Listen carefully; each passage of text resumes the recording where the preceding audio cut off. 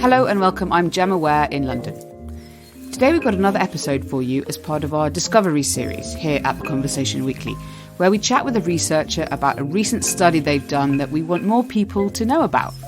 And today, as the World Cup in Qatar enters its closing stages, we've got a story all about football.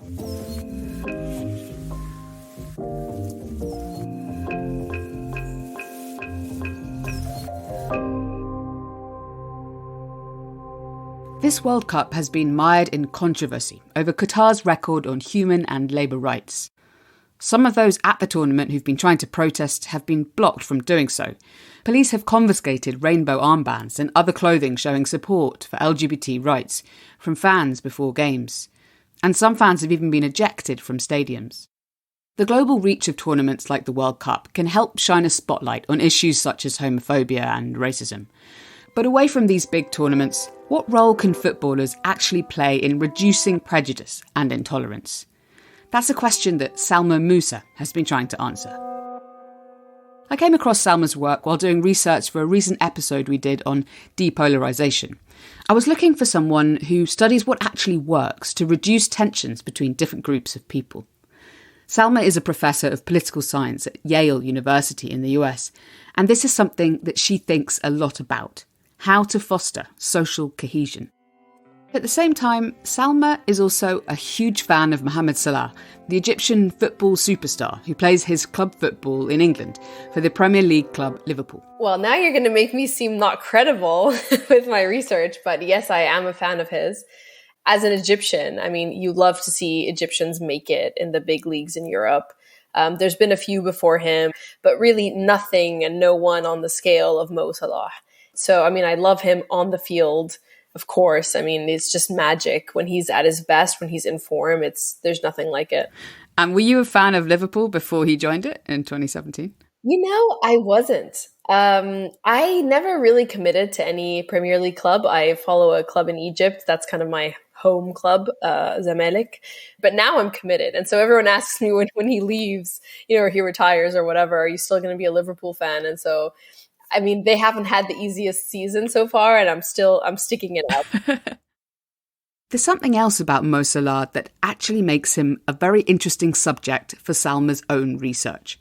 He's a Muslim. So it's not just that he's Muslim and it's something he keeps behind closed doors. He's prostrating in prayer after he scores a goal. His wife wears a headscarf and you see her on the sidelines. His daughter's name is Mecca, which is Islam's holiest site. More superficially, his name is Muhammad. He has a beard. He's Arab, all these things that people associate with Islam. So there's really no getting around the fact that this guy is a practicing Muslim. He is a typical Muslim. And so that was really the first time we had seen an athlete or a footballer at that level be so visible about their religiosity. Salah joined Liverpool in 2017 and quickly became their star player. The next season, Liverpool won the European Champions League, followed the year after by the Premier League title in England. Salah was instrumental in their success, and Liverpool fans embraced him.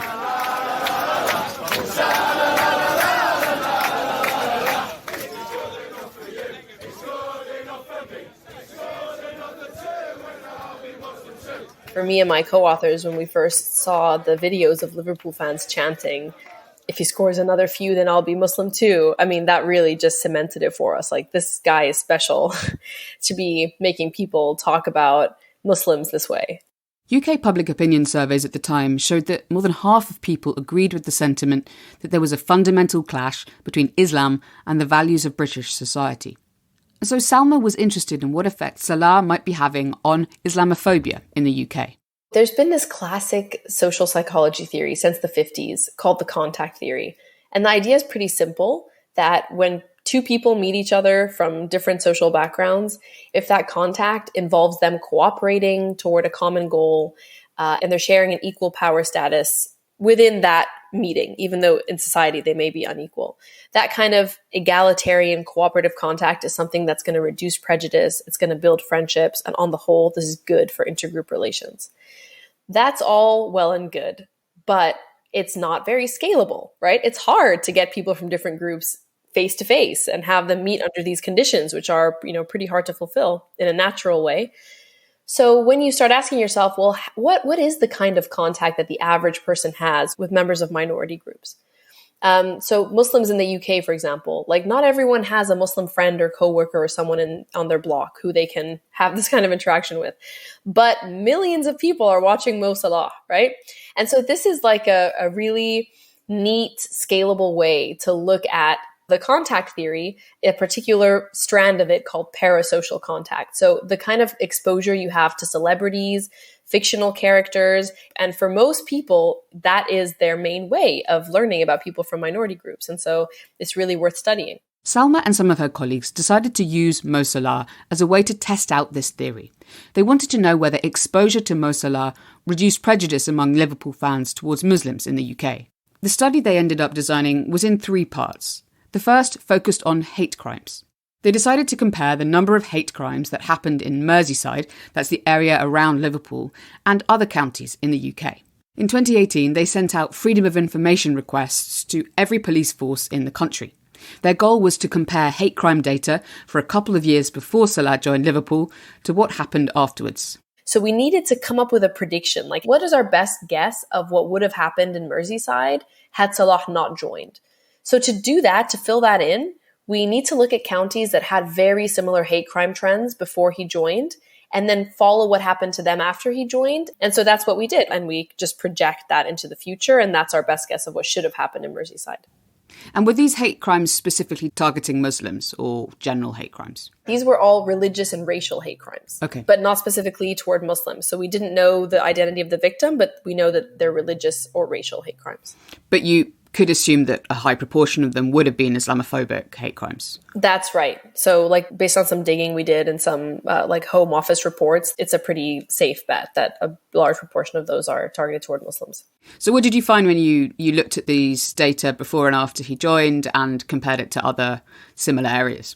So what we found was that in counties that were trending very similarly to hate crimes in the pre-Salah period, we find that Merseyside experienced about a 16% drop in the hate crime rate.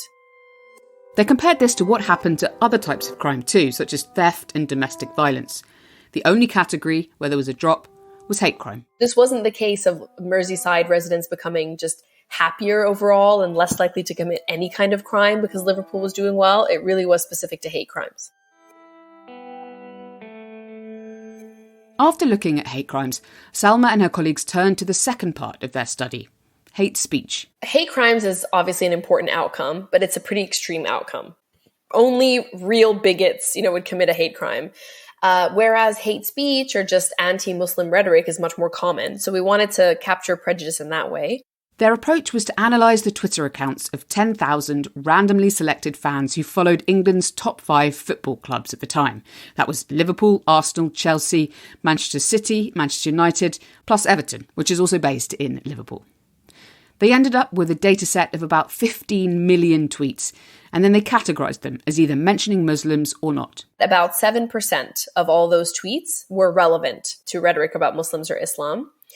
From those 7%, we then want to know what is the percent that are positive or negative or neutral. So we got some research assistants to hand code a sample of those tweets. And then we trained an AI tool to classify all the rest of those thousands of tweets as being pro or anti or neutral toward Islam or Muslims.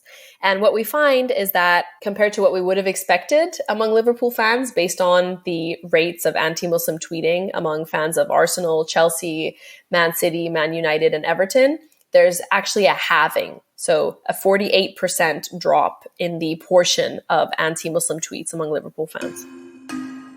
At this point, Salma was pretty confident that they had found a Salah effect, that exposure to Mo Salah was reducing Islamophobia in Liverpool. But they wanted to know why this was happening. So in the third and final part of the study, they targeted a survey at Liverpool fans on Facebook. And the ad said, help researchers understand Liverpool fans, which is the truth. Take our 2-minute survey. And so a lot of people clicked it. And it's really amazing. When people are passionate about a topic, they really want to share their views. And so we had over 10,000 completed responses to this survey, which is just incredible. Everyone who clicked on the survey was shown a small bit of text reminding them of a few basic facts about Mo Salah. Half of them were then shown an additional text emphasising his religiosity, so that he's a practising Muslim, and the other half weren't.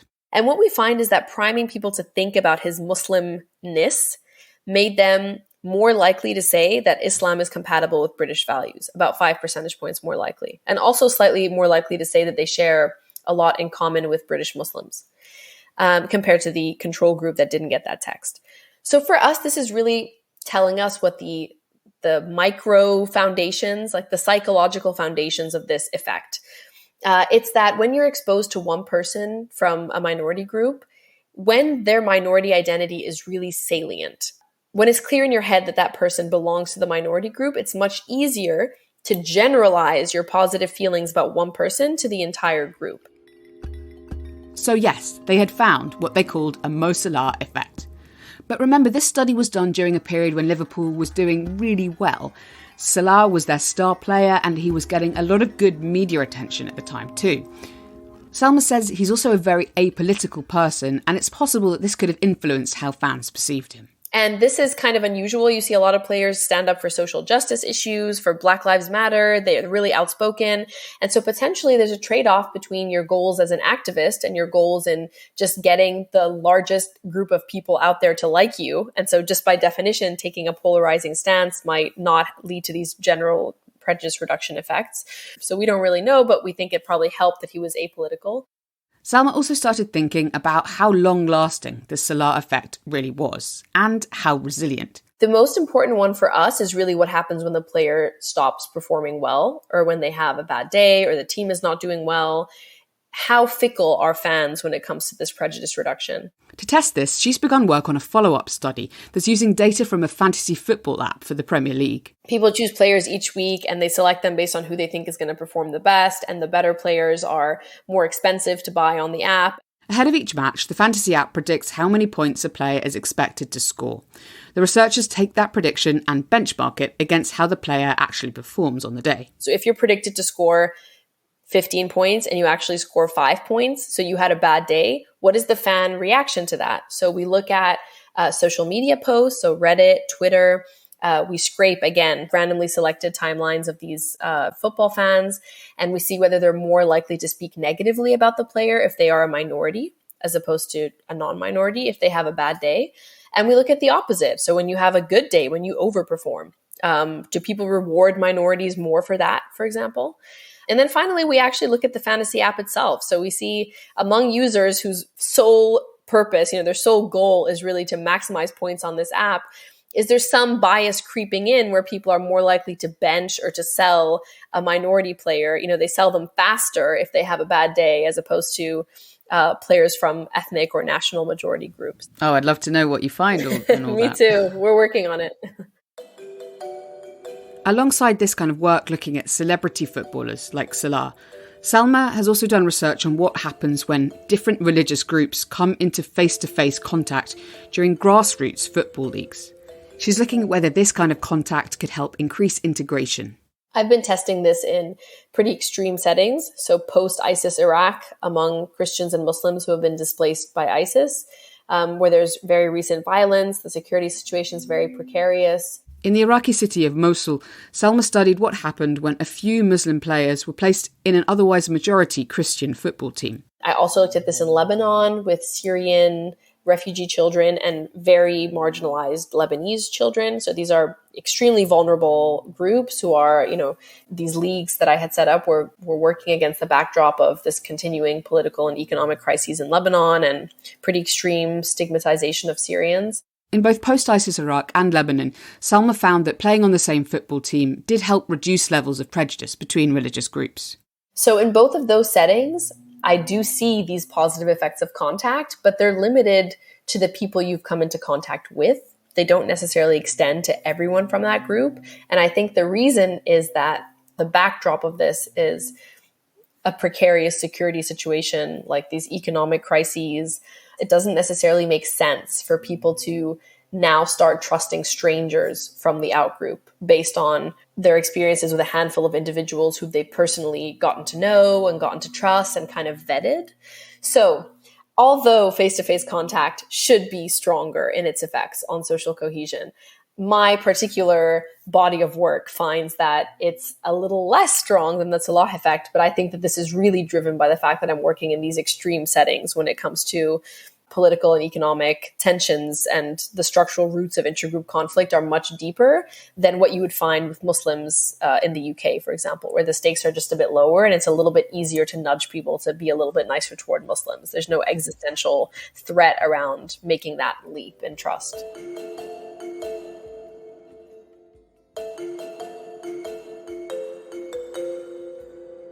So Egypt, sadly, are not in the World Cup in Qatar, which is a travesty. Honestly, I'm not that sad. I'm not that sad. Are you not that sad? I was at the 2018 World Cup. I saw Egypt play, and it was, with all due respect to the players who I think are doing their best, it was a very depressing experience. I'd rather that if they weren't at their best, that they just don't compete at all. Okay, a fair point. But I guess... you, as someone who kind of studies this, there are plenty of other minority players from teams around the world, whether that's European or elsewhere. So what are you going to be watching out for? Is you must watch the World Cup with a slightly different frame of mind than some people. Yeah, absolutely. I mean, there are some teams that are just, the symbol of diversity and integration. Like the French national team for a long time, since the 98 World Cup, has really been seen as this flagship team that includes people from all sorts of different backgrounds. So that's always one to watch. I think what's more interesting for me in looking at the Qatar World Cup is really the world's reaction to Qatar. So this is also really a kind of exposure that people are getting to Arabs and Muslims that they hadn't previously gotten. And one of Qatar's, self-proclaimed goals was to bring the game to the Middle East, like have it be set in a Muslim country for the first time, break down barriers, reduce prejudice toward Muslims and toward Arabs.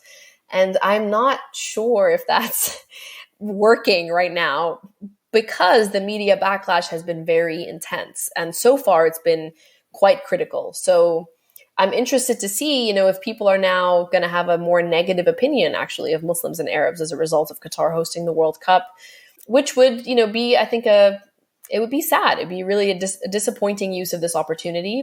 So you could have a situation where you've got minority players doing really well and it actually helping in some individual country contexts, but like more globally, it's a worse story for Islamophobia. Right. I mean, one pretty well-documented effect in the social sciences is that it's much easier to like individuals than groups.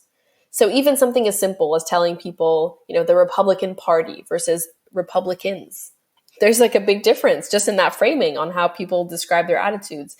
So I think with Qatar hosting the World Cup, there's not that many individuals that you can put a face to. It's like this big murky group of, oil billionaires who are, slave drivers, and they're this and that. And some of that's really well-taken criticisms, but there's not really like a likable face to the World Cup. And even the Qatari national team, gets a lot of criticism because a lot of the players are foreign born or who were nationalized. So that's also kind of how you respond, whether someone's representative or not, is also a function of your own prejudice. Yeah. Thank you so much for your time, Salma. It's been really fascinating talking with you. Appreciate it. Thank you, Gemma. You've been listening to an episode of Discovery from the Conversation Weekly podcast. It was produced and written by me, Gemma Ware, and Menda Mariwany and Katie Flood. Sound design is by Eloise Stevens, and our theme music is by Neeta Sarl. Our global executive editor is Stephen Kahn, and Alice does our social media. You can find us on Twitter at @TC_audio, on Instagram at theconversation.com, or email us on podcast@theconversation.com. And you can also sign up for our free daily email by clicking the link in the show notes. If you like what we do, please support our podcast and The Conversation by going to donate.theconversation.com. Thanks for listening.